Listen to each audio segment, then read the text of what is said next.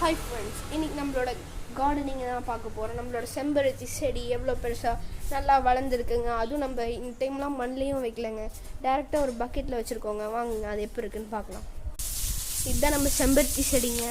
நம்ம செம்பருத்தி செடி வந்துட்டு எப்படி சொல்கிற, நம்மளே கார்டனிங் பண்ணி பக்கெட்டில் வச்சு இப்போ தான் நல்லா வளருதுங்க. வாங்கும்போது இவ்வளோ தாங்க இருந்திருக்கும் ஹைட்டு. நம்ம வந்துட்டு கார்டனிங் பண்ணி உரம் போட்டு அப்புறம் பக்கெட்டில் வச்சு இப்போ நல்லா வளர்ந்துருக்குங்க. அது மட்டும் இல்லாமல் இதில் வர ஃப்ளவர்ஸ் வந்துட்டு காலைல எழுந்திரிச்சு பார்க்கும்போது அவ்வளோ அட்ராக்டிவாக இருக்குங்க. காலைல எழுந்திரிச்சோடனே ஒரு ப்ளசன்ட் ஃபீல் கொடுக்குங்க.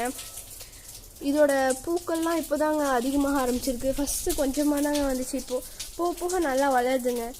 பக்கெட்டில் வச்சாலுமே கூட நம்ம உரம் போட்டு நல்லா மெயின்டைன் பண்ணோன்னா நல்லா வருதுங்க. காலைல பார்த்தோன்னே அவ்வளோ ரெஃப்ரெஷ்மெண்ட்டாக இருக்குங்க. அடுத்து நம்ம வந்தோன்னா நம்மளோட ரோஸ் செடிக்கு வந்துட்டோம்னாங்க.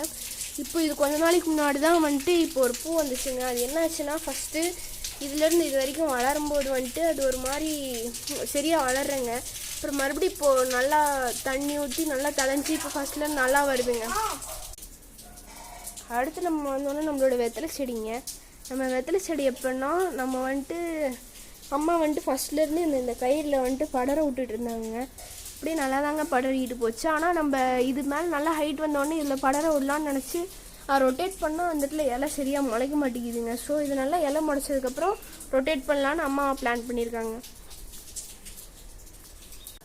அடுத்து நம்மளோட டேபிள் ரோஸ் செடிங்க. இது செம்ம ப்ளசண்ட்டாக இருக்குங்க. பாருங்கள், ஒரு டேபிள் ரோஸ் பாருங்கள் எவ்வளோ அழகாக இருக்குன்ட்டு.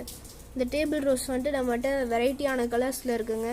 இது வந்துட்டு நம்மளோட பிங்க் கலர் டேபிள் ரோஸுங்க. அடுத்து நம்மளோட எல்லோ கலர் டேபிள் ரோஸ். அப்புறம் நம்மளோட ரெட் கலர் தாங்க எனக்கு ரொம்ப பிடிச்சதுலேயே ரொம்ப அழகான டேபிள் ரோஸ்னு எனக்கு பிடிச்சதுங்க.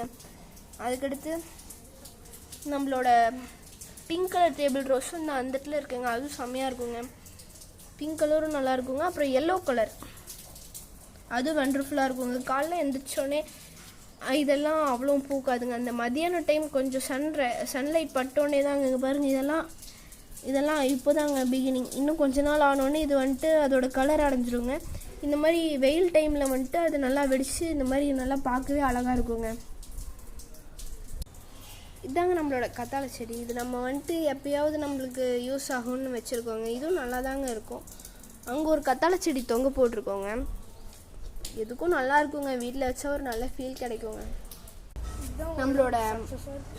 நம்மளோட சக்ஸஸான மணி பிளான்ட் செடி பற்றி தாங்க நம்ம இப்போ சொல்ல வந்திருக்கோம்.